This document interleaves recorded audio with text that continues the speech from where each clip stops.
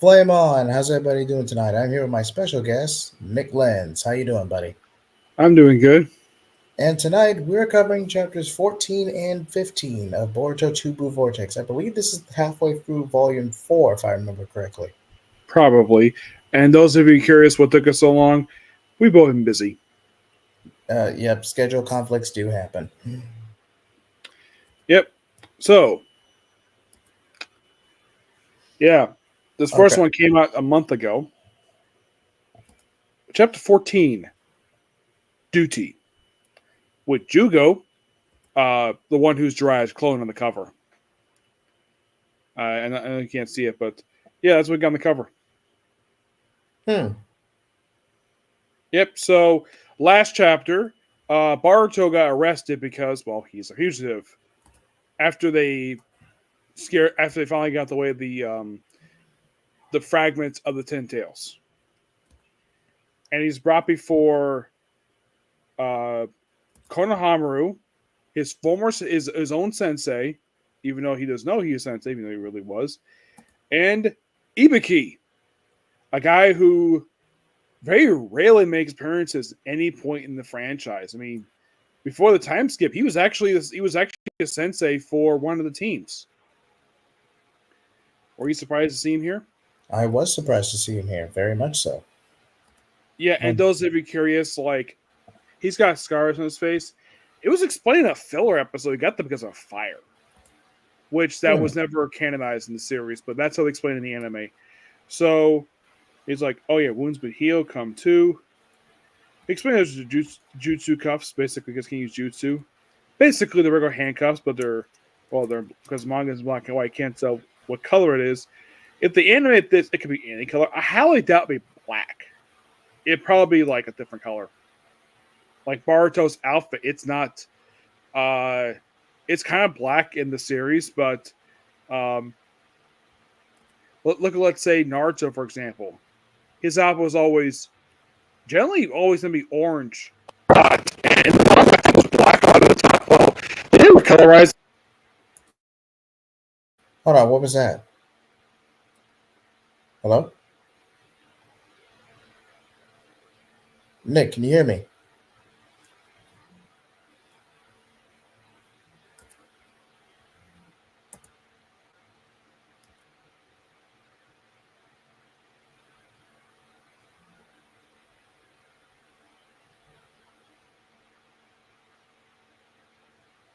Technical difficulties, ladies and gentlemen. But basically, what this chapter's led to is pretty much Boruto being interrogated by Konoha after his arrest in the end of chapter 13, which we had already discussed on the channel. So this pretty much leads to a standoff between Shikamaru and the feudal lords, and how they want Boruto unalived, how they wanted to answer for Naruto's supposed death. And the majority of this chapter is mostly exposition and standoff. A lot of the action carries over into a little bit into chapter 15. We, oh, Nick, are you back? Yes. Can you hear me?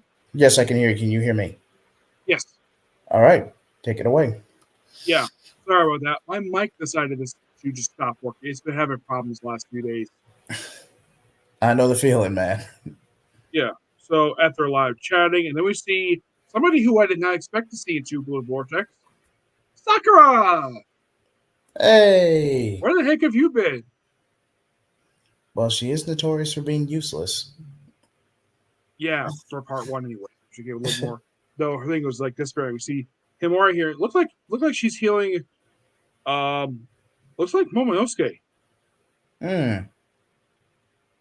I can tell by the hair color and by his face. It's Momonosuke. You mean Momoshiki? Momoshiki, yes. Okay. And then we see Ino here too, which I'm glad. One thing I noticed though about Sakura, I mean, everyone else changed their outfits, but Sakura, same outfits they had. Um, I think Ino may have put on a few pounds. Hmm. I'm not saying she's overweight. It looks like she kind of puts on a few pounds. No, I understand what you're saying. Yeah, I mean, she's only like what in her 30s. Yeah, early to mid 30s. Yeah, but at least she's still in shape compared to Anko. You're never gonna let that go, are you? Yes, because I was so dumb. I mean, Anka was a beautiful woman in the main Naruto series, and then we get to Boruto, she puts on a whole bunch of weight because she stopped training. I mean, she's still a shinobi, despite the fact being a teacher.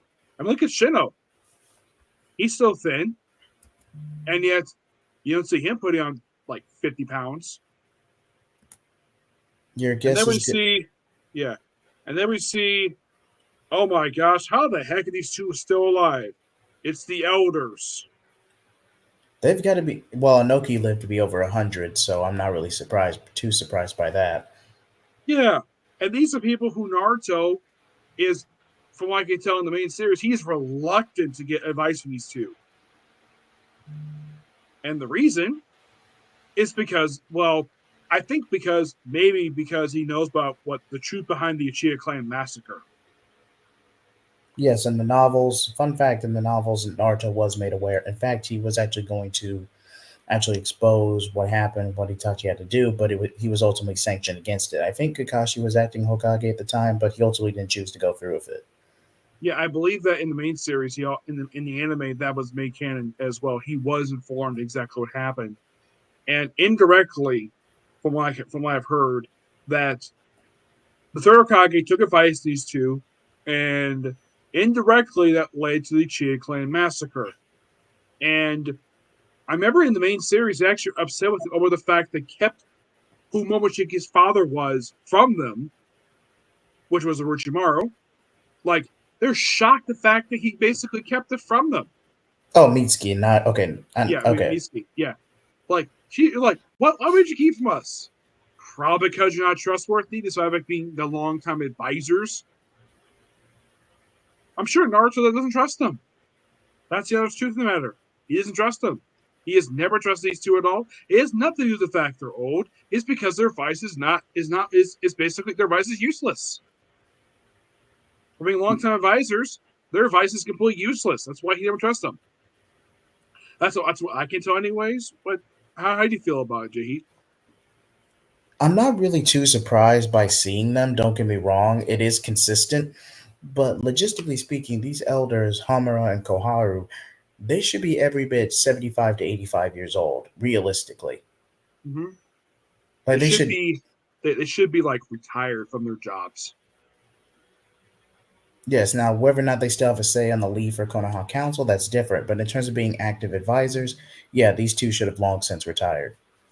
Yeah, if you want to think of advisor, I would say probably that Shikamaru is probably a better advisor to Naruto than these two were. Because Shikamaru was smart. So was his son, Shinki. Uh Shikadai. yeah, Shikadai. Like, basically we have three now I don't know about Shikamaru's father. I don't know if he was a genius or not. Shikaku. Yeah, Chicago. I don't know if he was a father. I don't know if he was genius or not, but we do have genius intellect being transferred from father to son. Because Shikadai has shown that he is smart, just like his father.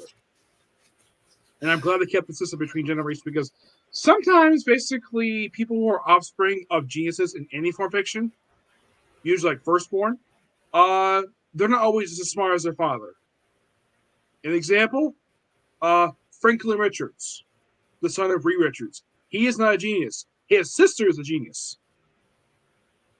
That's a very good example right there. And then we see two people who I don't think anybody's surprised seeing these two because they're featured in the last series. Ida and her brother Damien, which this is probably the first time we've seen in this series since the start because they've not been seen since like the first couple chapters. And I they go ahead. hmm.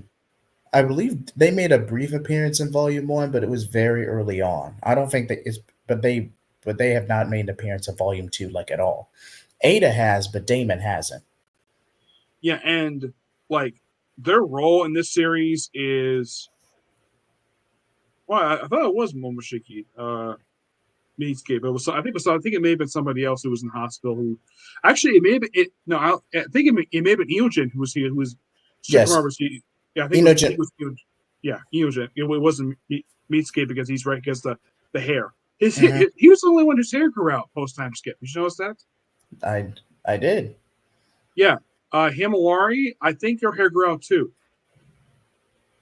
Not surprising. Her mom did the same thing too between time skips from part one and part two. Her mom did the same thing, so no surprise there. Like mother, like daughter, right? Like mother, like daughter. And plus, they're both. And the one thing Himori in there from a mother, aside from she looks like her, she's just as beautiful as her mother. Would you agree with that? Indeed. Yep. And of course, you have Baruto here. Now, one thing I did notice though about his outfit, he of course is also on the stupid belt thing. Like I think it's different the belt he had pre-time skip. Because of course everybody's wearing the silly belt post time skip. It's like any young person except for Mitsuke is wearing the silly belt. It's an aesthetic choice. Yeah, it just looks so silly on Baruto. And look like he has on his pelt like flowers. Like because I look at his pelt. Oh, it's not a flower. It's he has like a shuriken.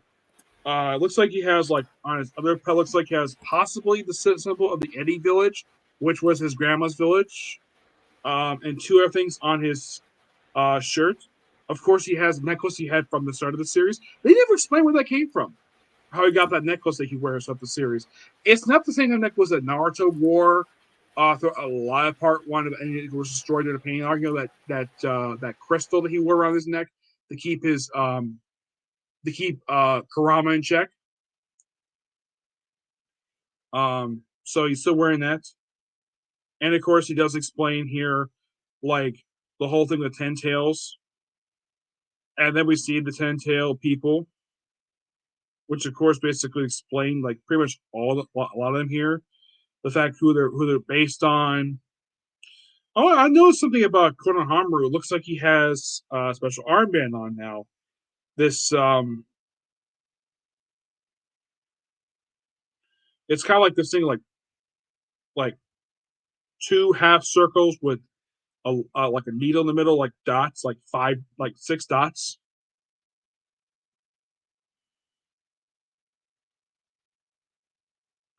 And of course, Baruto's his like basically he's asked about his source.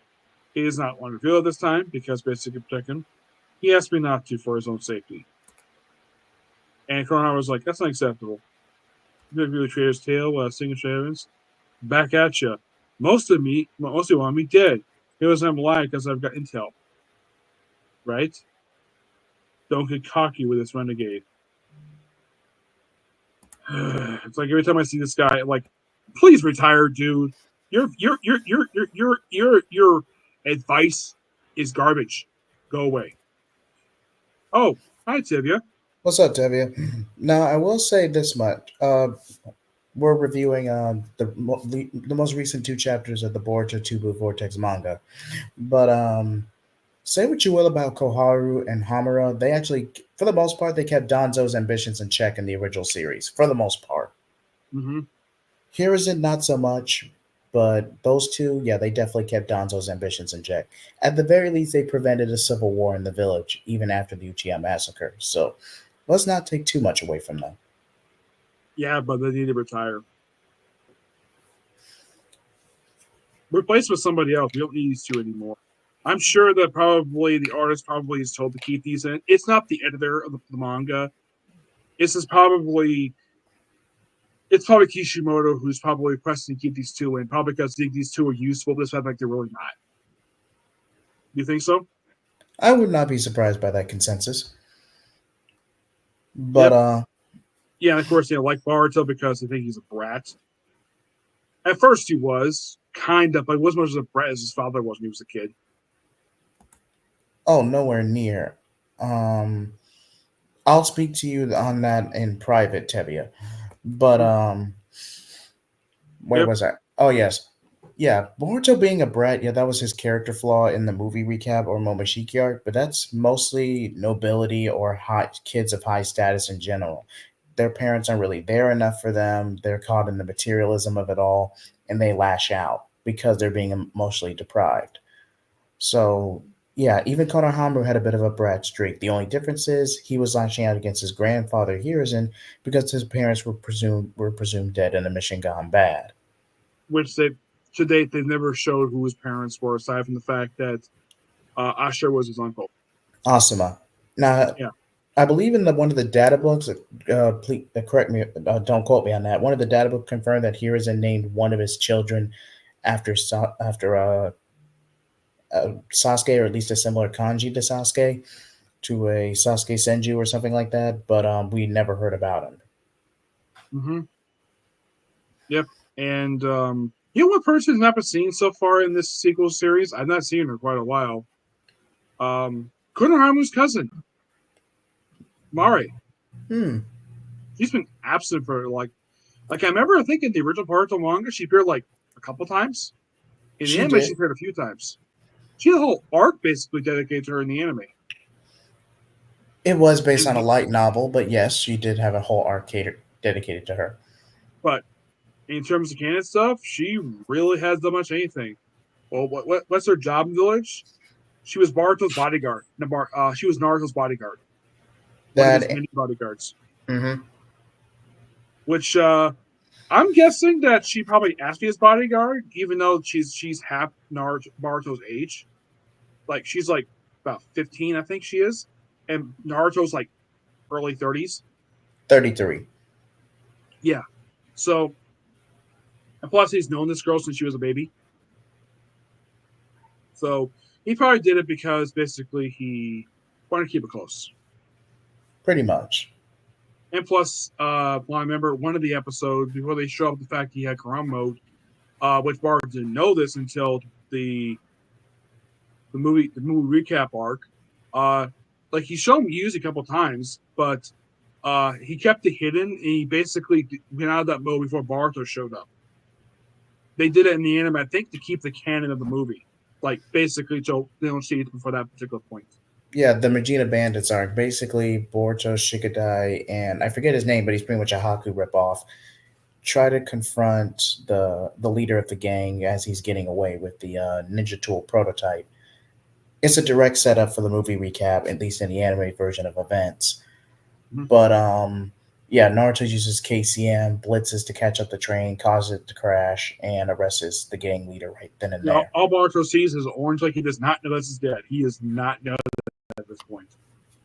No, he doesn't know about Casey. Prior to the movie recap, he doesn't know about KCM. He doesn't know about Kurama. He's heard a few glory tales about the war and everything the previous generation's gone through, but he hasn't experienced it, nor has he been given a detailed account. Because, I would say Himawari knew about Kurama before he did the mode. yeah, Himawari probably figured out because her Byakugan manifest and she might have sensed his chakra once or twice. But Probably Boruto because did. also because when she punched Naruto and knocked him out cold on the day he became Hokage. Yeah. So had the whole Yeah, fugitive thing, and then of course and Baruto does confirm to everybody that he didn't kill Naruto. He's alive. And his wife somewhere. They don't know where. Of course, they're shocked to hear this. You say these things. You say it somewhere. Where is it? And Baruto's like, I'm not telling. The way he, of course, I'm saying because basically just a little paraphrasing, like he's not telling. It's because basically of Kawaki. That's the reason why. yeah.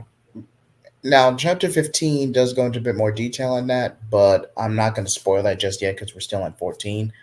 More than likely, and chapter 15 will likely confirm this in a minute, but Boruto doesn't want to cause chaos.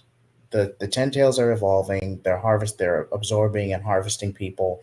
The last thing Boruto wants to do is cause a panic. Now he could, assert his dominance, force Kawaki to do the right thing, and unseal Naruto and Himawari.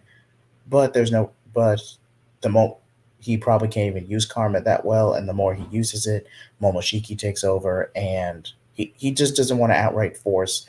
He doesn't want to back Kawaki into a corner. Basically, he does not want to resort to that. And then Ibiki basically starts sharpening his hands. Because the thing with Ibiki is, he's an interrogator. He uses physical torture. That's what he's known for.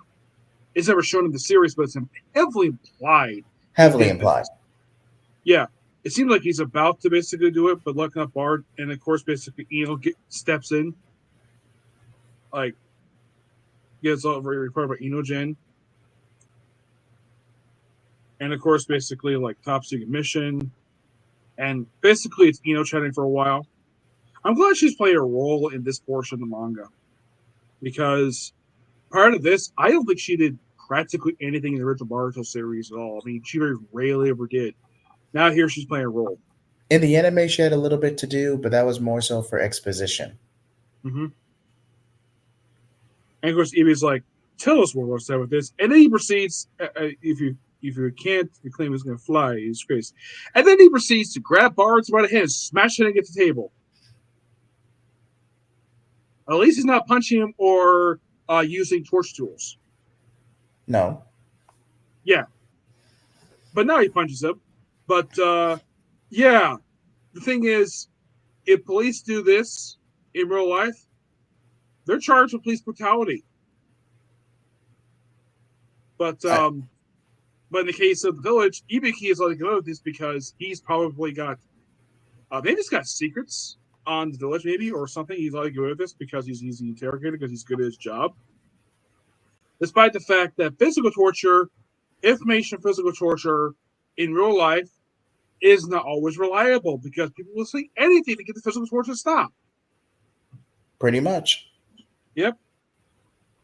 And Boruto's like, I've been itching to pummel crap out of you for killing Naruto, at least for the last 3 years. It must be nice to have so much free time. And then Ibiki punches him in the face, then the gut. Nice glare. Let's see how long it lasts. And then Shikamaru calls him Ibiki enough. It's useless. He's going to break under pain. Let's use venom. Summon Mitsuki.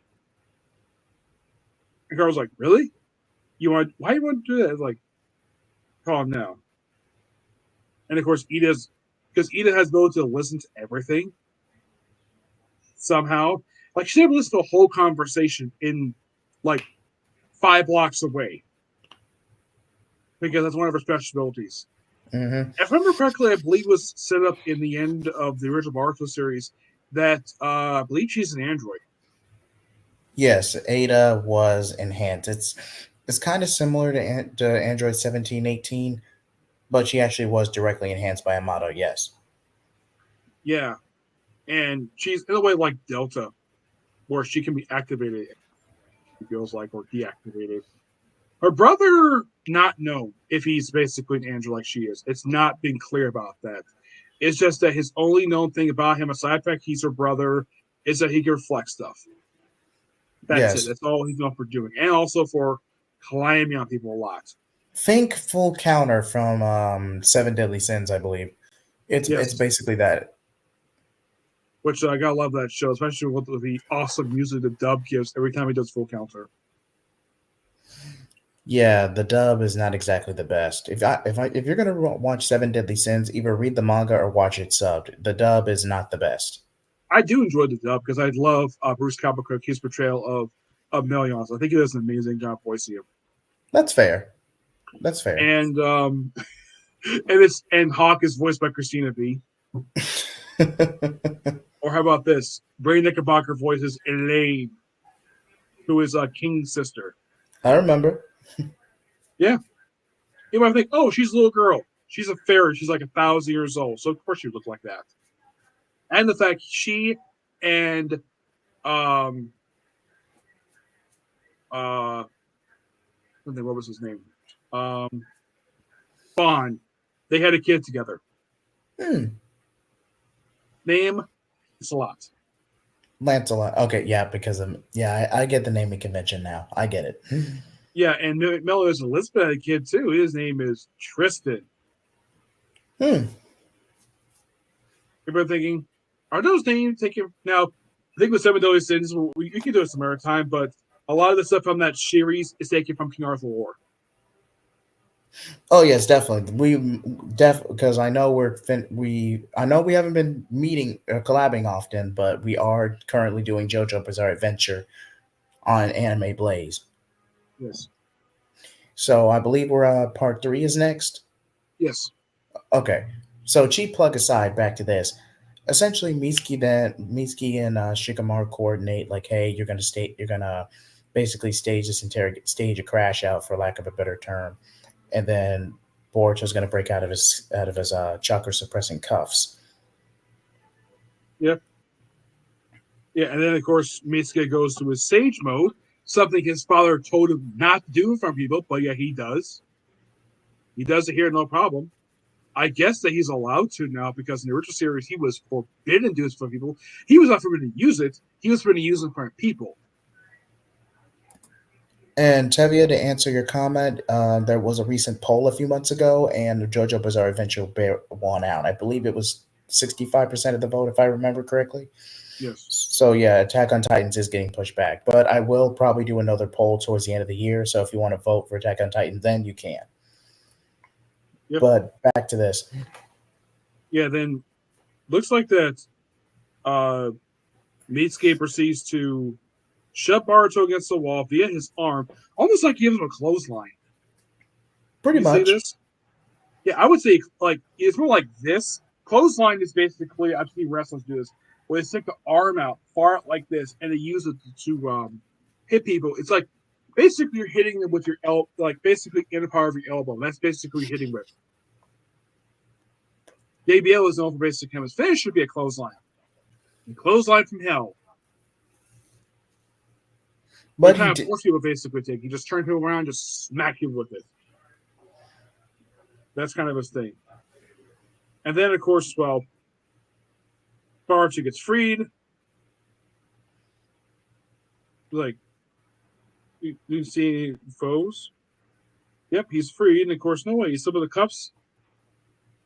And then, of course, looks like that Shikamaru sneaks a note to Meatsuke. Don't know what it says. And then we see Shikamaru just look inside. And, of course, like, then Baruto takes his sword back. Hopefully that's not your fault. And, of course, then he just disappears. Yeah, he leaves. Yeah, not Baruto's teleportation jutsu. My guess is, I'm guessing that Sasuke must have taught that to him. Yeah, he doesn't have Rinnegan, but he probably taught it to him. The flying Raijin technique. Now Sasuke was party to the 4 animated Hokage from undoing the Reaper Death Seal, so he probably used his Sharingan to copy it at some point. He just had no reason to use it. That's probably the only conventional way I could see Boruto learning Flying Thunder God, because the only other people who knew it other than Minato was like Genma and the other two, Genma and Hayate, and I believe one other, and that's because they were Minato's personal guard during that 1 year. That's the only reason they know it. Yeah, and the whole thing with the Ruination Jutsu was explained in the series that the second Hokage invented the jutsu. As for how it became forbidden, they never explained that, but he was the inventor of that particular. He invented the resurrection jutsu, and he also invented the Sharingan jutsu that Naruto was notorious for using, and Baruto used it too. But Baruto can't make the same number of clones as Fowler does. So I can make like hundreds. Baruto can make it highest he can make is 4 if he's lucky. 4 or 5, but correct me if I'm wrong on this, but Naruto has an above average chakra reserve on top of being a Jinchuriki and as an Uzumaki clan member. And even then, that high chakra reserve is a rarity among the Uzumaki clan. So Naruto really lucked up in the gene pool. Boruto aside from the way he looks, I don't think anything was followed aside from his physical appearance. No, he did not. Other than being blonde, other than having blonde hair, he doesn't. Basically, he looks like his father. Yeah, he does. And yeah, Hiruzen kind of buried it under red tape. We even had a filler episode or filler arc about the 4th Hokage's greatest treasure, and I'm like, it's you. It's obviously you.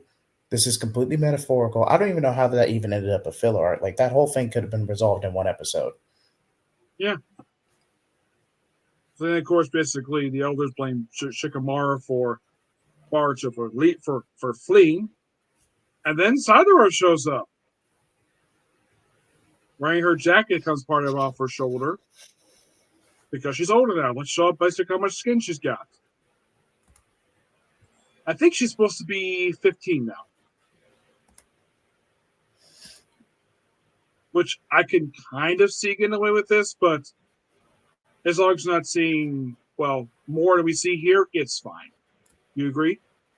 Yeah, it's kind of pushing a line if I'm being honest. Again, that kind of thing is subjective, but let it be known there are ways to take it too far. But this is fine. The Yeah. way she's dressed here, it's fine. You know, so Sumri is the only one of the kids from this current generation who did not change her outfit at all. Who? Sumri, their class rep. Hold on, I'm sure she had at least one redesign, at least compared to the manga. Now in the anime, she wore the same thing throughout. She did get a She bit wore of like a sailor outfit. yeah. Now she did Here get a she's got a slight change here, where she's got like a tie, but it's mostly kind of the same what she had pre-time skip. in the anime. They actually explain how she went from Shinobi to actually transferring to with Katasuke in the science division. Like in the manga, next time we see her, right, she's willingly in the OW arc, working under Katasuke in the science division. So Which like one thing the manga has not brought in is her pet. yeah, Nue. No, Yeah, Nue was Niue is not in the manga, which I don't know why he's not here. he's in one Nue debuted in one of the pre Boruto Naruto the movie light novels, but he has not been used at least in the manga sense. He's used in the anime a lot, but in the manga, he's never appeared. Sumri has. Sumri was actually the first character to debut in the anime first, then the manga. Because she Yes, debuted like around like episode 3 or 4, and the manga she debuted like in chapter I think it was like 18. I think it was. chapter 18, which had already transferred over to the science division. Yeah, and they referred to her as class rep. That was the first instance of something from the anime made to the manga. The other course was the hit and miss arc they did for the anime. The first one they did with the for a class show, they went there, and of course they referenced it, which made that canon to the series. Which that's fine. I have no issue with that at all. To be honest, I kind of the only reason I see Nue and the hit and the field trip arc as canon is because those are based on actual light novels before the movie takes place, like leading up to when they graduate. Mm-hmm. I A think lot of the even other stuff can be talked about as Chuck was filler a lot of it, yeah, there's a except for lot. except when they form the new Team 7. Yeah, everything. Yeah, not gonna lie, that was a lot of filler. Now, granted, there are other animes that do have a high filler percentage or filler ratio, but Boruto's is every bit 35 to 40%, no higher than that. Yeah, and originally they were called Team 3. Now, this is explained in the show. They can't change the lineup, but they can change team number, no problem, because they say it's impossible to change team number because lineups are been set. Um, because Sarah first didn't want to. But then she's like, okay, request permission to change it from Team 3 to Team 7 because they're no Team 7, so why do we Team 7? And they're the new Team 7. Which Naruto had no problem with that at all because that was an easy thing to basically Yeah, adjust. That was no problem. And plus, I'm sure he's probably gave his blessing of the current generation of the new Team 7, despite that it gets made up of his son and two members part of the original Team 7, like they're offspring of them. And Mitsuke was somebody whose father actually fought Team 7. So there's your connection to the original series right there. and I know we're derailing for a second, but again, this is just for the sake of conversation. For the most part, the anime was not bad. Dragged down in places, cheap production, and a and probably too much filler for current day anime fans to really stomach, because nowadays they're more used. Current generation anime fans are more used to seasonal production or seasonal anime adaptations rather than the old model like where you and I grew up with, Nick, where everything was weekly. Mm-hmm. So that's more of a generational gap. But other than that, Boruto's series was not that bad. Now, the manga wise, yes, I do agree it need to be rebranded to Two Blue Vortex. I heavily agree on that. But Yeah. anime wise, it was not that bad. Yeah, so after Sarah says like after she's forming escape. And then of course Shigama gets a phone call from the hidden sand village from from Konkaru. Then the Kankuro. Garo has been taken down and uh Shiki's been captured too. Yeah, they take him down. So then, of course, basically, this one guy say he's fully awake now. So, yeah, we just lost basically the main character. He's not dead. Gara is not dead. He has just been captured. So, what'd you think of chapter 15? Excuse me, 14. Chapter 14, like I said, it was very exposition heavy, but all in all, it definitely move the plot along. Like you can't have exposition that's just there to add pages or pad the runtime, but this was a well use of it. You had the fallout from chapter 13 with Boruto being officially arrested. You had the standoff with the interrogation, and Shikamaru like, hey, I can't help you directly, but I can, give you advice, intel, stuff like that. And needless to say, despite what we already know from the flash forward sequence, Kawaki's eventually going to have another crash out moment, and Boruto and Kawaki are going to come to blows in the ruins of Konoha. We know it's going to happen. We just don't know what's going to set him off. And also, the advisors like, well, the best way I can describe them is how some senior citizens actually people are younger than them. Where, when I was younger, I heard one senior citizen thought kids were born to be or were basically born trouble. I'm like, I didn't say this first. I'm like, that was stupid to say. It was one of the dumbest things I've ever heard a senior citizen ever say, where they think that people are younger than them are born troublemakers.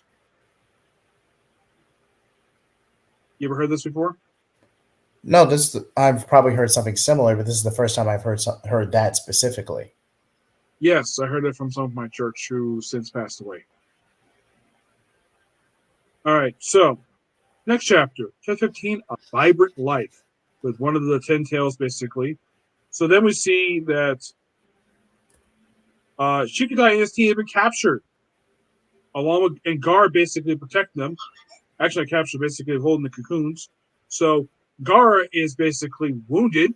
Yes, he's wounded. He's totally been. The female member of the 10 tails is attacking him. I don't think they named her. If I remember correctly. But with the I can tell it's a woman just by way she has her basically have suede hips. Mm-hmm. I can tell by looking at her, this is definitely a woman because this is no way a guy. No way. I look at this thing. This is a woman, not a guy. If I think, oh, feminine face, the body, probably a guy. Nope, it's a girl. It's clearly a girl. I know some people might interpret it as that, but I see a girl. When you saw this, do you see a girl or you see a guy? Wait, let me read this chapter. When I read this chapter, hold on, can you repeat that? One who Gar's face off against. Oh yes, that's I forget her name, but yes, that's the one based on Moegi, if I remember correctly. Yeah, clearly a woman, not a guy. Because some people might say it's a guy, even though it's a girl. It's the face. People might think of it because sometimes, for some reason, guys are drawn with very feminine faces. It's Japan. That's what they love to do. So it's like, let them go. And of course, basically, two of them leave. But Shikadai stays. He breaks out of his sand cocoon and fights them. And then his team is basically, they're allowed to get away, but he is probably both captured. And he's basically trapped in a sand tree. And then you see Gaara surrounded by the black sand. This is something that Shiki knows. So, and it's almost like this panel looks like the Gaara's having a heart attack when he's holding his hand. But he's wounded like right here in his belly, but it looks like when he's holding his hand, it's almost like he's having a heart attack. And of course, basically, it's like, then we cut back to the Hokage building. They never identified this building in the series. It's just basically just the place where Hokage is. I've heard in non-canon sources they've heard of it as Hokage Mansion, but you ever notice though this is one building in the village that's never been named? You're right. It's always been here. It's been here the whole series, and they've never named it. It's the building where it had the main offices. Like, it's an office building, obviously. It was even like that before Boruto. But I kind of wish Kishima would have named this building because he has never identified it, ever.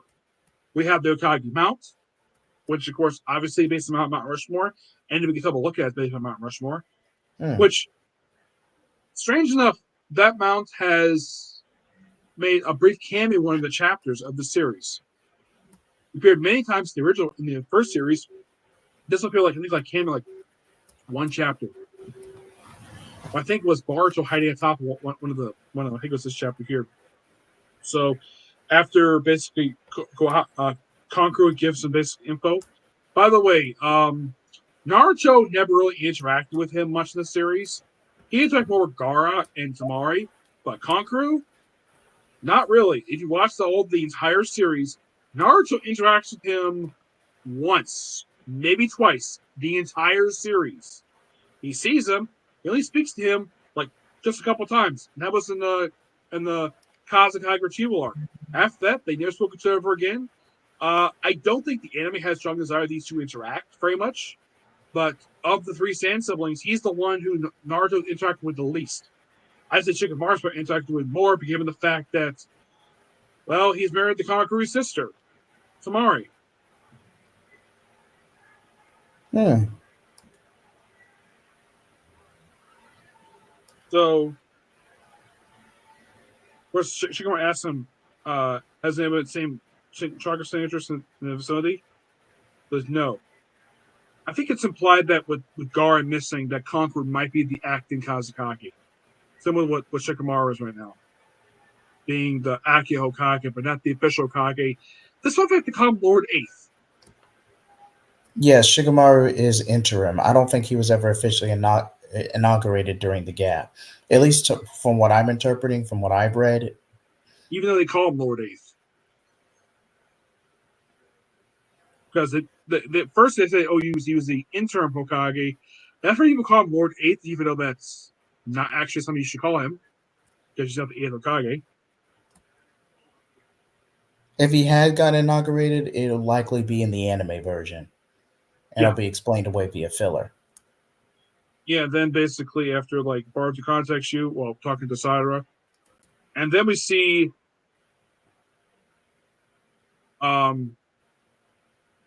Jiraiya's clone's Toad show up in Shikamaru's office.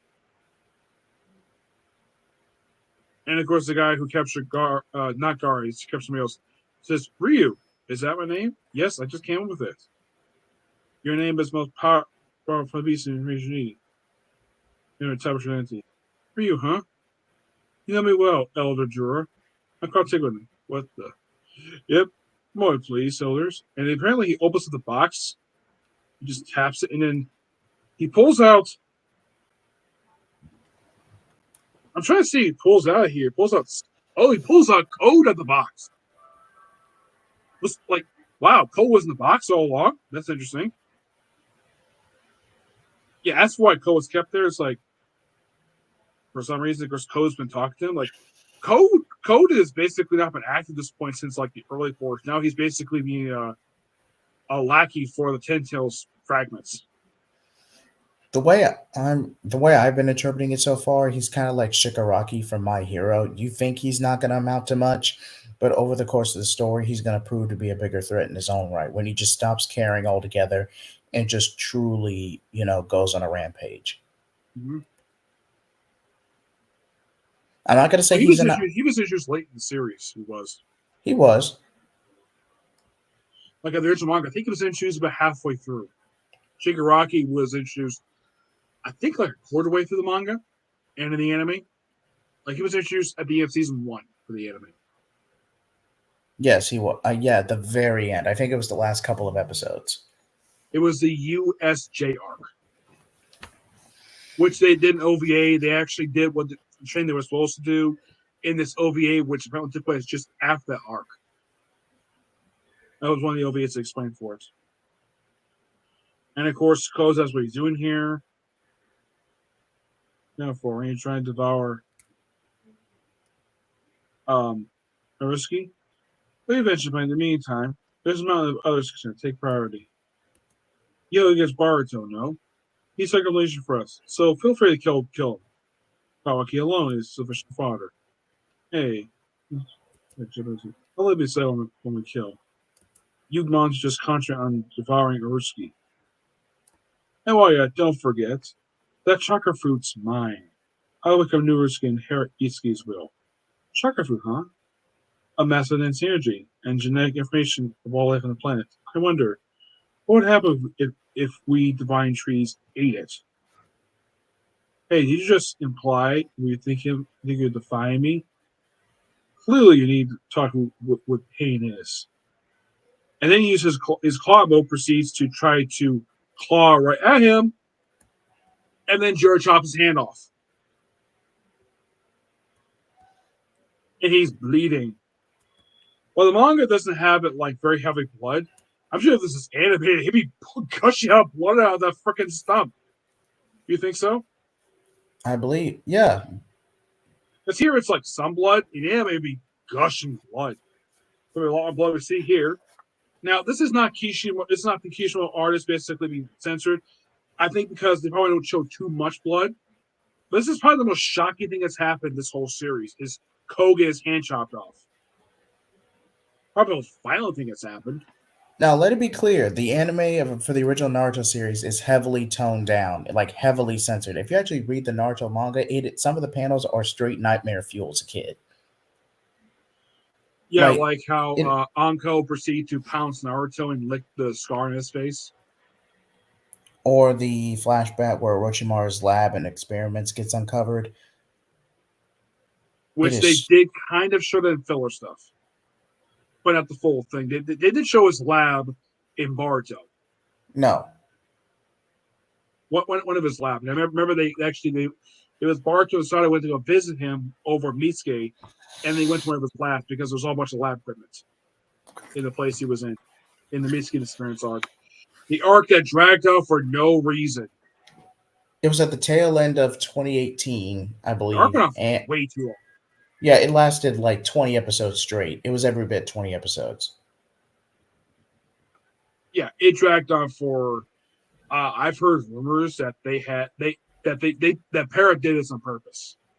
They dragged it out because they had no plans for the rest of the year. They just wanted to drag his arc out as much as they can. That was the problem I had with the arc. I think a lot of people have that problem with that arc is the pacing. It went on too long. Like it felt like even though it's 20 episodes, it felt like it went on for a freaking year. This arc. I know because I watched it. Well, hold on. Let's see. 20 episodes, 4 to 5 days, 4 to 5 weeks in a month. Yeah, that was every bit 6 months worth of content. That was every bit 5 to 6 months. It felt like a year when we watched the whole arc. Like finally, this arc, like they spent like about half the arc traveling in the desert. And the second half of the arc was a lot better. I think the first half, I'd say a good start. The middle portion was the weakest portion of the whole arc when they just dragged the whole desert. The sage portion was interesting. And then so-and-so was interesting too. Which I thought that was very much like, that could have been a separate story arc right there. Because that was interesting. It was a lot more than we had before that. No, I will admit Boruto's personal trial was a little too childish, but you get the theme of what was being said. You get the theme. Like you get it, but the trial itself was a bit childish in my opinion. But back to the chapter, I'm just gonna go ahead and take over for a bit. Back to the chapter. Kawaki eventually confronts Boruto and like, why didn't you tell them the truth? And it's just like I was saying earlier, Boruto doesn't want to risk confusion and panic. The battle with the 10 tails is gonna be a lot bigger, worse before it gets better. And you need to establish a united front, and they're not going to achieve that with this revelation, especially with the omnipotence being a factor, and we don't even know whether or not it can even be undone. This might be a monkey's paw situation where Kawaki has to revoke his original wish or desire when the omnipotence was granted, but we both know it's not going to go that way. But I digress. Anyways, so Boruto's willing to be the martyr and play the villain for a time if it means bettering their chances. So then Boruto and Kawaki agree to a de facto alliance or truce to confront the Ten Tails, but we both know inevitably by the flash forward they're going to come to blows. So that's the general gist for the chapter, unless there's a segment I missed. Hey, Nick, welcome back.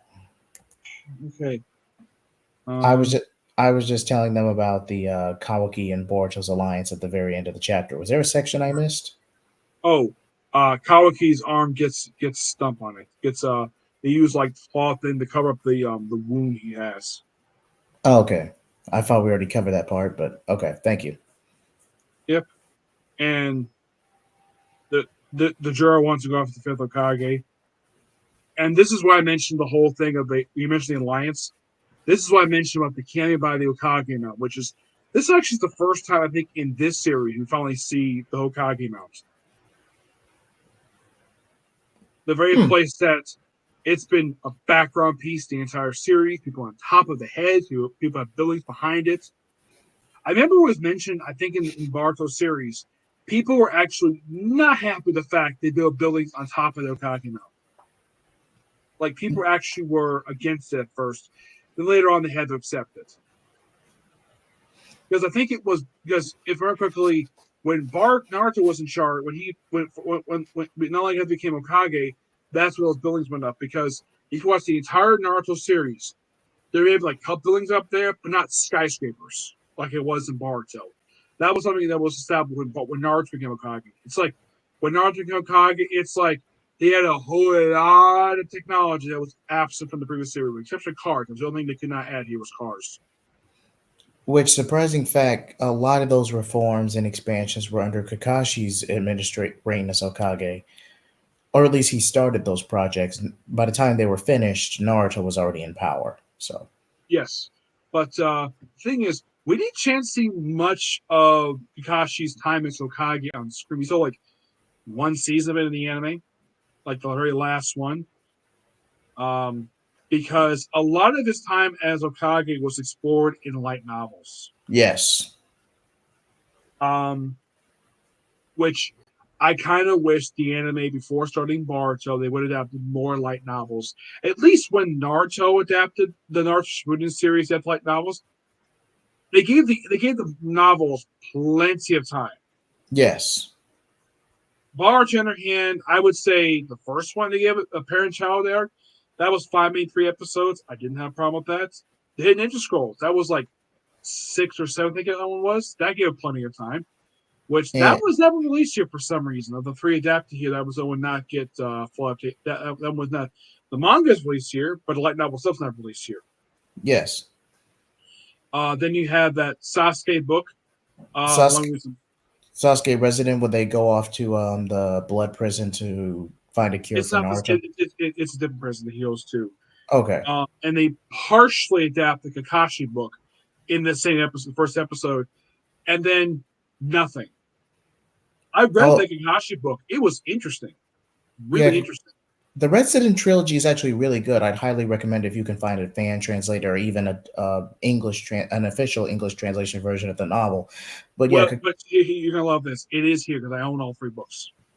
oh, then check out your local comic book store. Try to find it on Amazon. Yeah, But not all the books released here of the original light novel series. The ones that had like 3 of the books after the anime, which was Shikamaru, Sasuke. Those 2 were released here. Shikamaru Hiden, Sasuke Hiden. Okay. Yes, Hidden Leaf Hiden. That was even though it was adapted for the anime, it was never released here. The Gar one is never released here. The first Kakashi light novel, the Hida one, that has been released here. The Sakura one has been released here. So for the ones after the anime, the Itachi flashback stuff, Daylight. Day and Night. That whole arc in the anime that was that from the Itachi. That was that from his light novels. They did make some alterations, yes, but that was adapted. That was fully adapted. They did change one scene, but mostly it kept it from the actual light novel. They adapted 5 overall for Naruto. Boruto adapted 3 full, though the last one should have got one more episode. Yeah, the last one was rushed. I heavily agree on that. Yeah, I kind of wish they would have given one more episode, or they could just do that last bit and then or here's something really interesting. The Kakashi book took place same time as this one. You could have had it as the B plot, like as a cutaway, because I've seen like Israel Heroes Dungeon. They did this for the previous season of the show, where they Mhm. adapted two chapters, but not the whole thing. Just like one half from this chapter, this book, and half of their chapter from later on in the book, and they put it at the same time because it happened around the same time with each other. You could have done that. Nope, they chose not to because Takashi was interesting because that involved a lot of like not exactly politics per se. It's more like he was a teacher to the heir to the kingdom, and his uncle was the bad guy in the book. Which you did see him in the final episode of the arc, which you watched it like, why did Kakashi get full adaptation? Why did he get partial? Technically, the Resident plays as a trilogy since all three books play at the same time, just from different points of view. So you kind of had to adapt at least the opening as you had to at least adapt the prologue regardless. But yeah, rather than just focusing on Sasuke Resident alone, you really could have adapted all three and really gone for the whole trilogy. And it would have been and it's essentially a overarching storyline with the OG with the original Team 7. I feel yeah, you could argue it would have been dragged out, but I feel like people would have loved it regardless. Yeah, it was better than just adapting the very because we had to cut out because we had to adapt the very next story arc right away. I don't know if it was timing, but I think they should have extended that arc. Now That's what I again, said. again, that is an ideal scenario. If I'm being realistic or commercial or business savvy about it, you can get away with adapting Sasuke and Kakashi Resident together. Those two you can get away with. Naruto Resident is mostly just Naruto being sick, being nerfed because of chakra illness, and he's just hanging out with Orochimaru, just waiting everything out. You could have probably given Naruto a few scenes, but other than that, it wouldn't have been much. And plus, it was revealed in the book that Himawari gives Orochimaru a nickname. Yes, that would have been something to see in the anime, but nope. And I believe when they dubbed it, I think that Orochimaru kept his original dub actor, Steve Blue. Which Steve But Bloom does have a lot of range. Like you'll be surprised how many projects he's in or he associated voiced with. like three characters in the whole franchise of Naruto: Orochimaru, Zabuza, and Oki. Wait, he was the voice actor for Anoki? Yes, Huh. the Zabuza one, like I know he says he loved voicing Orochimaru. Like his favorite one I've heard of voicing is Spike from Cowboy Bebop. But I Yes. wonder if I've been asked this question: of the three characters you've voiced from the Naruto series, who do you like voice the most? Zabuza, Orochimaru, or Inoki? That's definitely a personal question for Steve Bloom, but if you're factoring pure performance, I would say Orochimaru is his best performance out of the three. I say Zabuza as a close second because I love Yes. his Zabuza performance. He was awesome as Zabuza. Yeah, Zabuza was only in the first arc, but man, did Steve Bloom do good with what he was given. He did come back for Shippuden as Ito well. Tensei. Yeah, I believe I remember the translation was reincarnation jutsu. Yes, but the dub calls it Ito Tensei, to my knowledge. Yeah, I surprisingly for the dub for Shippuden, the first I've gotten to with it, because originally the dub on Hulu stopped about halfway through the Hidden Ten Tails. The Ten Tails. It was the Three Tail Turtle. They stopped like halfway through, and then no dub for years, and then I did resume it, and I think I know the dub itself on Hulu is a little bit further, but from what I've heard, the whole series of Shippuden is all completely done, all 500 episodes. It's one of those series I have not finished watching the dub yet. I have watched the whole series, yes, but not finished watching the dub for it. But But I know for dub wise, I enjoy the dub for Seven Deadly Sins. I think it's an excellent dub because I think basically everybody gives their all for that dub. that's a fair point. I will concede to you on that. That's a fair And point. the fact that Bruce Paprick voices two characters in that series. Yep. He voices Meliodas' brother Zedrus. I have never heard of anybody in an English dub. I know it's happened for some, but an English dub, we have a voice actor voicing two characters who are in fact related. You ever heard any voice actor who did that before? Not to my knowledge, or at least not that as explicit as those two. Yeah, I think like if you heard basically how they sound, they do sound different despite the fact they're the same voice, the same guy. Milios is more, how do I describe it? He's more like over the top ish, not as hyper as Aaron from Attack on Titan. Zedros is more reserved compared to his Hmm. brother. And plus, basically, the one thing gets common with his brother, he falls for a tall woman, just like a woman is taller than he is, just like his brother. Like it's so funny when the whole thing with Zedros and his lover, like, is so funny. I'll explain to you off screen what he says, but it's so funny of what he says to him when he's reunited with his lover at toward the end of the series. It is so funny because Oh I man. know you get mad if I explain what exactly he said. I'll say it to you off air. Yeah, because the last thing I want to do is get demonetized because I've gotten some close calls because of you over the years, man. Yep, I think we've only done this now for almost 2 years now. Yeah, about 2 years, almost 2 years to the day. Mm-hmm. Yep, next year, me 2 years. Yep. But and once again, man, it's been an honor. Definitely subscribe to his channel, listen to his content. It's a great watch. But I okay, think it was less of Blue Vortex. I think we discussed both chapters, yeah, and they're both really good. not a whole lot of action. Definitely a lot, mostly exposition for the most part. Definitely chapter 14. But all in all, this was a pretty good set of chapters. I enjoyed it, and I'm glad we finally got to it. Yep. Now, any predictions you may have for chapter 16 next month? Um.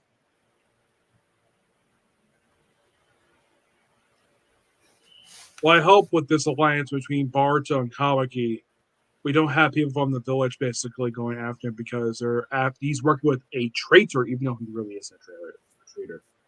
I hope they it's think of it as a partnership of mutual benefit.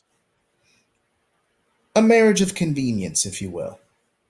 Yes, and hopefully at some point that the whatever this thing is that they had at the end of the series gets undone, which the anime did not get this at all, which thank God it didn't. Because it'd be confusing in the anime with, oh, we have basically people memories being altered because of Kawaki. Now, That'd be a weird note to end at for the original anime.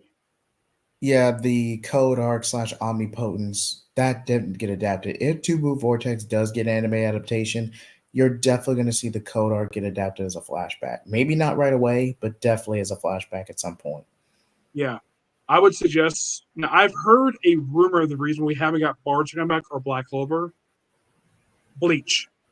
Yeah, a lot of assets in Studio Pro are So prioritized. I have heard that they have formed partnership with their studio now. So hopefully you can get Black Clover to come back and maybe Baruto. For Black Clover, don't do it as weekly like they originally. Do it as a seasonal. Yes, definitely seasonal.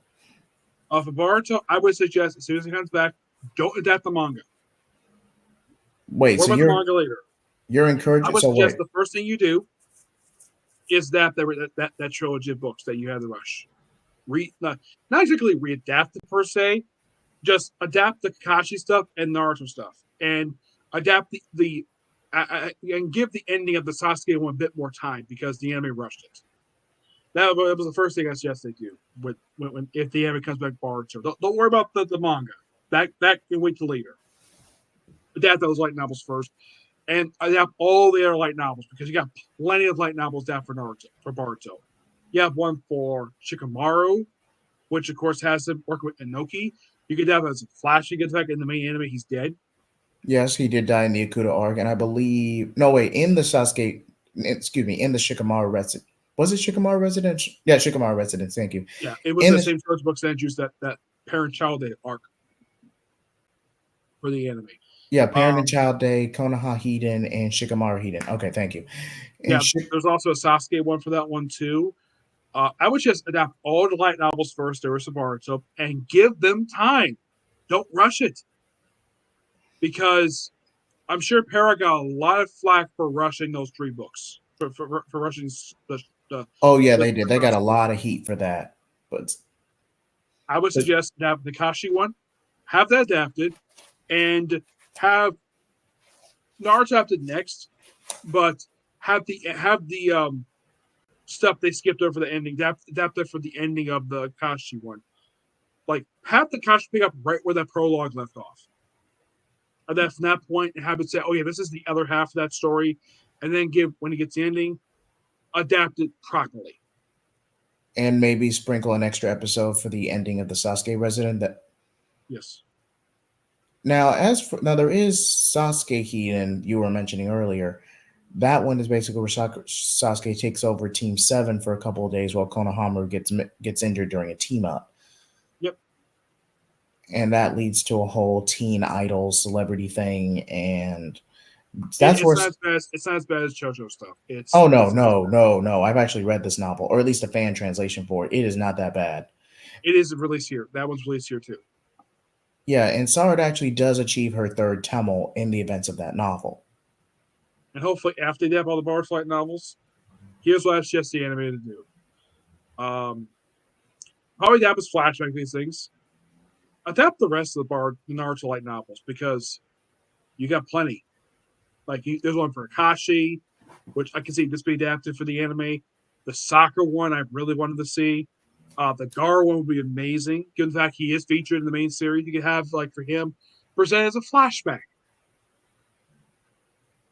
Nothing wrong with presenting a story as a flashback, even it is an adaptation. Now, we did see a flashback of Gaara meeting and adopting Shinki in part 1. It wasn't an adaptation of the novel itself, but we do see that scene in a flashback. Yes. Like, that whole book, I read the fan translation of the novel. It is interesting. Because in the book, you actually find out Gaara has a hobby. You think Gaara's got a hobby. What's his hobby? He grows cacti. He raises cactus. That's his hobby. Which, given the fact he lives in the hidden desert, that's kind of obvious, but hey. Yeah, which something the anime never explored that at all. Which I like the fact that he has a hobby because Gaara is a great character. And adapt all that stuff first because you have plenty of material because the manga probably is not ready yet because I would wait on adapting the manga because you have all these light novels, plenty of material you get that for the anime. You have a whole season of light novel adaptation. Yes, you only have like you can get Boruto a rest for a while. You could, especially because the anime has been accused with featuring way too much Boruto. This is where Key's Tao character, he's featured way too much. He occasionally is featured like as bookend for some episodes, like the soccer one. He's featured at the beginning, and he's featured at the ending. Do something like that. You can feature Boruto in the series, but have his present stuff and have the main story you want to adapt as flashback. Now, in Naruto Gaiden, he did, although he didn't play a role, he did get 2, arguably 3 cameos, like you said. He got a cameo, well, at least one of these actually played into the plot. One where he badmouths Naruto after he literally blew him off to rendezvous with Sasuke. That one actually did play into the plot. But the other 2 were just cameos to further cement like Sarada being inspired by Naruto and Boruto's brattiness. So at least that arc was amazing. The Sarada arc was absolutely amazing. Yeah, Gaiden is actually included as an extended volume of the original Naruto series. It's 701 to chapter. Yeah, Kishimoto wrote and drew that himself. Yeah, Gaiden is if we're looking at Boruto objectively retroactively throughout the franchise, Gaiden is definitely one of the best arcs, not counting original Naruto. Granted, it's no pain arc or anything. It's no pain or Konoha Crush, but it's up there. Definitely top 10. And I predicted this when they adapt this that because given the fact it's 10 chapters, I had predicted that this would take 5 episodes, and I was correct because it makes the most correct sense. 2 chapters an episode, 5 episodes. So simple. I had heard rumors about that one for a while, and then the movie one that was rumored too, and Those two were rumored when the show first started. Those were rumored for some time. They were going to adapt those, and then they eventually did. Though what we did for the anime version of the recap, that was basically the original script. What Kishima wanted to do with the movie, which they had to cut a lot of out due to time with the movie. Yes. Like, I Urashiki. remember his name. Yeah, Urashiki. Urashiki, the guy whose ability he can make a fishing pole out of chocolate. Yes, he was supposed to play a role in the original film, but he was cut due to time. I'm glad they adapted. I'm glad they put him in the end because he was a really good villain. Now, he did come back for the anniversary Boyhood arc. Now, The time slip arc. the time slip arc. Thank you. Originally, this was going to be a movie, but due to production constraints, it ended up being an arc instead. Which I think it works better. One thing I at least appreciate this arc is that it did something better than what the movie did or Naruto time travel in the past. Yes, I forget the exact name, but I know which movie you're talking about. I believe that's Naruto Yes. movie 3. I think it was for Shippuden. Yes. Oh, yeah. Shipping Yeah, it was it. Shippuden because the original one. Road to Ninja 3. Excuse me. No, it wasn't Road Ninja. It was different. Road Ninja was alternate reality stuff, which I heard that's actually canon. This one goes back in time, meets his father. Okay. Yeah, the big thing I'd like for this movie was erasing Naruto's memories events when they should erase people who were there, erase their memories of Naruto being there, and had things progress the way it should be. In Time Slip arc, they erased everybody's memories of who were there in present day, basically in the past, of Boruto and Shikamaru, Sasuke. No, And since Jiraiya and Naruto are the most, they had the most time with them. They were the most effective. Everyone else was like not much. For everyone else, it was barely affecting them. And I love also that arc, young Sakura's interaction with her future husband, where she's reading a letter from her future daughter, and she asks him, "Who is Sadara?" He doesn't say, but I thought that was a really cool scene in the anime. Did you think so? yeah, even though they tried to play it as a gag, which, come on, this is supposed to be a serious moment. And also, you can tell it's part one because Sakura does not have the diamond of forehead like she does in part two. Yes, this wasn't during the 3 month gap after the final valley, but before Naruto leaves for Jiraiya for his training trip.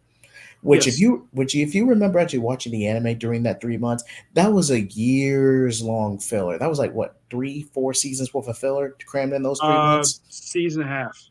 Season and a half. Season and a Yep. half worth of filler crammed in those 3 months canonically.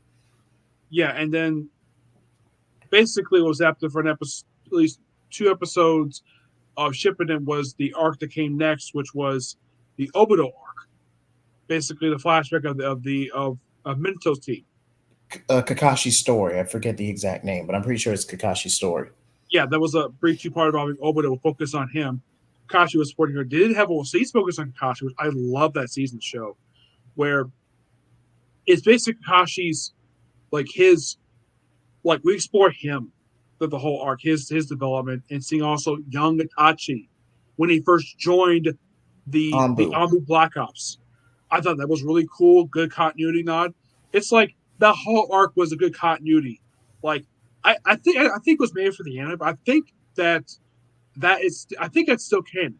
Yes, it carried over into the manga. Kakashi's story actually did play a role, I believe, in volume 27, because this arc takes place right after that other arc when Obito died. Just as like chronologically the very next scene for him. Yeah, right after you go through the Battle of Tamanaki Bridge. Obito is crushed and presumed dead before Madara and Black Zetsu intervene. Kakashi claims the Sharingan out of respect for Obito.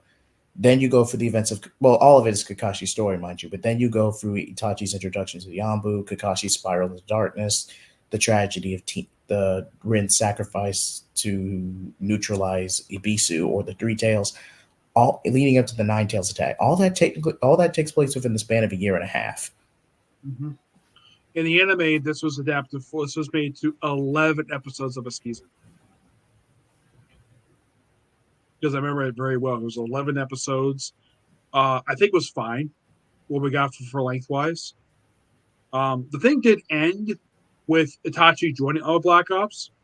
Like he had just joined, because I think they mentioned he was the youngest person to join on Black Ops at 13. the age of 11. Oh, I I think thought it was 13. I heard it was 11. Hmm. I love the fact that Shippuden explored a lot of characters' backstories. It did.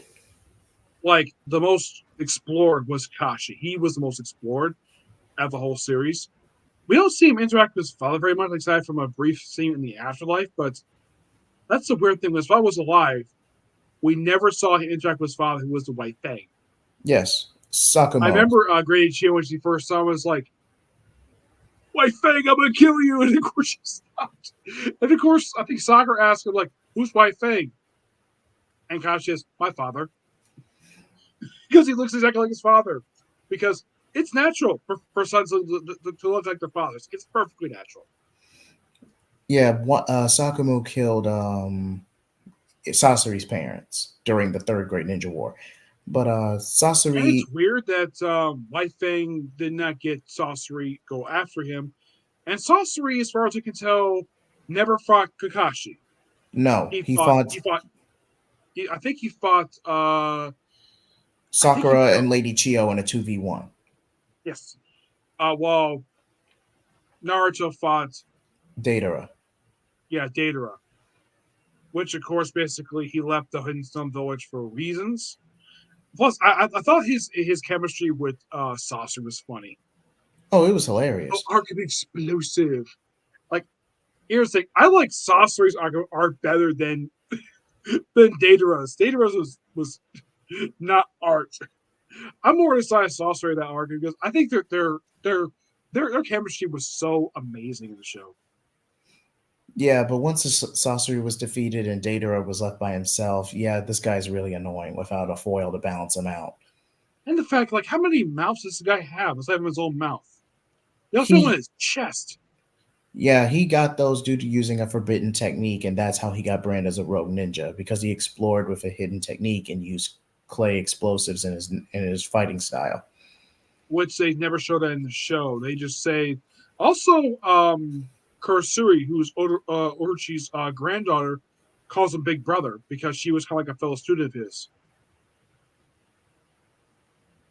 Hmm. It's Japan that, of course, she'll call him Big Brother because she Mm-hmm. probably looked at her like a big brother. Kurosuchi, I believe, is how it's Yes, pronounced. who never found a guy in her life when she got older. He basically comes.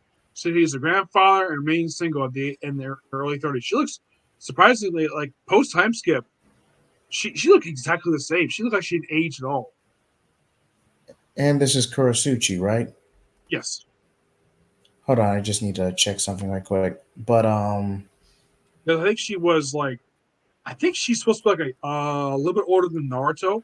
Because I know that Chochuru, the one who succeeded Mai, become the uh, Tazakage, excuse me, Mazakage, he's supposed to be 2 years older than Naruto because I think he was 19 when he first met Naruto. That means currently he's 35. yes, Kurosuchi, yes, the late Lady Tsuchikage in Boruto. Yeah, she was not only Anoki's granddaughter, I believe she was his advisor during the Five Kage Summit. Yeah, but Kurosuchi is every bit 30, anywhere between 30 to 34 years. I think in her early 30s. I don't know if And she's the here's the same. thing that they've never explored who her parents are, aside from Inoki is her grandfather, and the fact apparently she also had there was also another grandchild of his who was explored in Mifid's parents arc. Like, really? He had another grandchild? Yes, he had more than Okay. one grandchild who was killed during the. It's implied Carr was involved during that, or at the very least took advantage of the situation, but it was never confirmed. But It was never confirmed like how he was related to her. Like it could have been her brother, it could have been her cousin. They never explained in the show. yes, but he was a It's just that casualty. he was just another grandchild of Inoki. Aside from that, they never stated anything of how these two were related. Yeah, Aside from the fact the grandchild of Inoki, aside from that, they never explored Inoki's family at all in the show, aside from his two grandchildren. no, they did not. Like he would And have been interesting, and the fact he was actually a disciple of his predecessor, yes, the second of Lord Mu. Mazakage. He was the direct apprentice of Lord Mu, Lord Second Mu, the second Tsuchikage.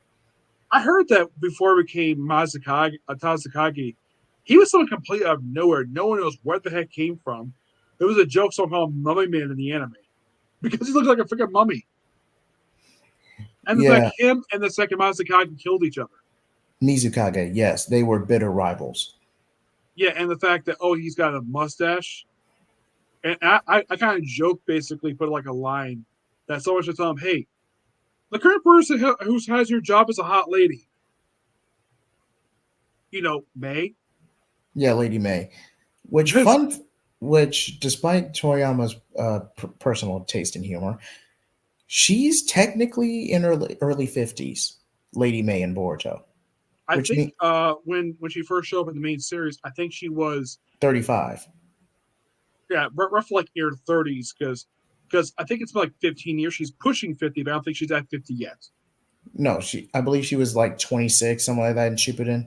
She was about And those 26. jokes basically like she had this recurring gag of like people when they were talking about marriage, and she gets angry and she tells basically her older Io tells him to shut up, but not Chutsi because Chojuro. Chojo. It's implied he had a crush on her, but It's never anywhere. it's implied. Though if he did pull it off, respect. Yeah, I'm like, and the one thing about this village that's never explained, why the heck are their teeth so like razor sharp like they're sharks? That's one thing in the series they never explained of why their teeth is like that. Could be a random mutation, especially since they're so close to the water. Yeah, everyone else's teeth is perfectly fine, but there's the only one basically looks drastically different. Yeah, the And Hoshigaki clan. And after Kisame was defeated, I have to use specific language due to YouTube guidelines. But yeah, the Hoshigaki clan were kind of shunned in Boruto, which leads to Shizune. No, wait, not Shizune. Shizuma. Thank you. Shizuma's resentment and how the field trip arc played out. I remember correctly, one of Sasuke group, he's from the Hidden Mist, the one who can transform to water. I know who you're talking about. Okay, One Sasuke. who's the younger brother of the one of the seven swordsmen of the mist. Yeah, I'm trying to remember his name. Which Jugo. when I think it was Suigetsu. Suigetsu. yeah, so he gets to when I think it was what was his name? The guy who was Kakashi's partner in the anime. Kisame. Yeah, Kusumi. When he first saw it, oh, you look exactly like your brother. Because they did. He looked exactly like his brother. Because they showed him as a reincarnation jutsu later on. But yeah, he does look like his brother. Which that's not surprising either. Siblings sometimes look almost exactly like each other, even if they're not twins. That's perfectly natural. But he's the only who pointed out about him. And I think we were going to some Naruto trivia. Where were we? Okay, we talked about Kurisuchi. But yes, as for me, again, the Naruto franchise is still a solid series. I have nothing really against it. I grew up with it. It has its flaws, but I love it all the same. As for When I got into it, it was the tail end of the original anime, like during the last like few months, because I got into it January of 2017. So very late in the game, but I did bench watch the entire series in like a whole month. That and the following series. Wait, 500 episodes in 1 month? Yeah, first I watched the original series, then ship it in. Okay, but still, because I didn't have a job at that point, so I was able to do that basically no problem. Okay, it was the first anime I reviewed. Naruto, then Naruto Shippuden, then after that I reviewed Bleach. Which that Bleach, say what you want, yeah, it's part of the big three, but God, that anime was ruined by filler. I believe that Bleach had a lot of filler. Looking back, yeah, some blame the filler for killing the anime, but no, it was low ratings killed the anime. Yeah, because after the I forget which arc, but there was a huge dip. It was the last arc after the end before it ended before they got Thousand was the Lost Ancient arc, the arc where Ichigo's powers back. Okay, Lost Ancient arc. Okay, which of course the two seasons before that one was really long. It was longer than Naruto season 20. That was like 60 episodes. I think like season 14 of Bleach was like 66 episodes. But yeah, about 66 episodes. It was long. Oh my gosh. It was one of the longest seasons I've ever seen. The longest season I've ever seen was Dress Rosa. Oh, 118 episodes. Guess how long it took me to get through One Piece when I eventually watched it? 2 months. 3 months. Hey, I was close. The one that took me the longest was Case Closed. I can believe that. Case closed. Oof. Oh my gosh. After I watched that one, I decided I'm not doing any more 100+ anime like that ever again because I have a job. I don't have time. I go to like shorter shows nowadays. Um, and that took me 6 months to get to that show. 6 months. I spent half of 2019 over that show. And finally by July, thank God I caught up with the series. I like Case Closed, but my gosh, the series is so freaking long. Oh, it's a pain to get through, but once you're through it, it's a good series. Yeah, but it has some really terrible filler episodes. Oh God. There's so many. Like I would say, starting with like season, like half of the show, they went to filler because they kept running out of manga. So to keep it going, filler, Yep. lots of filler. Like Gintama, sometimes you have to wait like 2 or 3 months before another Kane episode comes out. Gintama actually explained the concept of filler perfectly in a straightforward way to where you can understand it. So I highly recommend tracking down that episode, and you can get the commentary from that. But yeah, if it were up to me, yeah, I would definitely focus on the original Konoha 11, the Naruto Shippuden cast, rather than just rushing into Two Blue Vortex, or at least adapting to Blue Vortex. I would do some light Yes. novel adaptations, most likely Kakashi and Naruto Resident. Maybe Sasuke Hiden with Sasuke taking over Team 7 if you have time. And then set up the Code Arc as a prompt finale before rebranding into Two Blue Vortex. I would also adapt the other ones for the original Naruto like novels that were not adapted. Would you Because adapt them as OVAs or in syndication? you can do a syndication. You can do it. You can set them up as flashbacks. Like you have the soccer one, focus on soccer first, like where she basically you have basically maybe a character from the arc pops up in present day, and you have her basically doing a flashback as like a setup for it. Because a lot of these novels for Naruto are really good. Now I have, as far as I've heard, the light novels from Naruto, as far as I've heard, are considered canon. I've not heard any are not considered to be canon, though they did kind of ignore an element from the Kashi light novel with the Blood Prison because they basically had it in that book where after the events of the Blood Prison movie, all the villagers took authority over the prison, so they find a new warden. And at the end of the book, they find a new warden. Will also serve as a chief prisoner. Yeah, but they do reference another facility that the snitch, for lack of a better term, I forget the guy's name, is supposed to be transferred to if Team 7 doesn't find a way to save him. And they could be referring to that facility into where Kakashi, where that rogue Konoichi Kakashi fought in his novel takes over the prison for, becomes the new warden of. Mm-hmm. But I think that was just an Easter egg to cover their tracks. I think it was just a corporate oversight. Yeah, and the fact that the Blood Prison in the Boruto anime was not the same prison from the movie. No. Because this one looked a lot nicer. It looked like a Monday prison. And the movie, the movie where it's just grimy, and also the fact that the prisoners like keep their regular clothing. Yep. Well, in Boruto, they wear prison uniforms. But I will say a difference between it's essentially a prologue of the Vegeta Bandits arc anyway, so I'm gonna call it as such. But between the Vegeta Bandits arc and the Blood Prison movie, at least in the Blood Prison movie, they already knew, like, okay, Naruto didn't do this, but they kind of have to cement, like, save face and cement some kind of amnesty to appease the Raikage. And while this is going on, like, hey, Naruto, you need to clear your name, you need to write this out and figure out what's going on in this facility. Yeah, I get the fact he made no sage mode, but there was one thing in the movie that I could easily see not be canon. Him already knowing Killer Bee. Because in the main anime, he didn't mean Killer Bee, they're just for the outbreak of Third Great Ninja War. Actually, it was the Fourth Great Ninja War. Well, he was training with Killer Bee around the time the war officially broke out, but yes. Because I highly doubt he went back to the village when during his training because it's shown in the anime he was in that one room the whole time.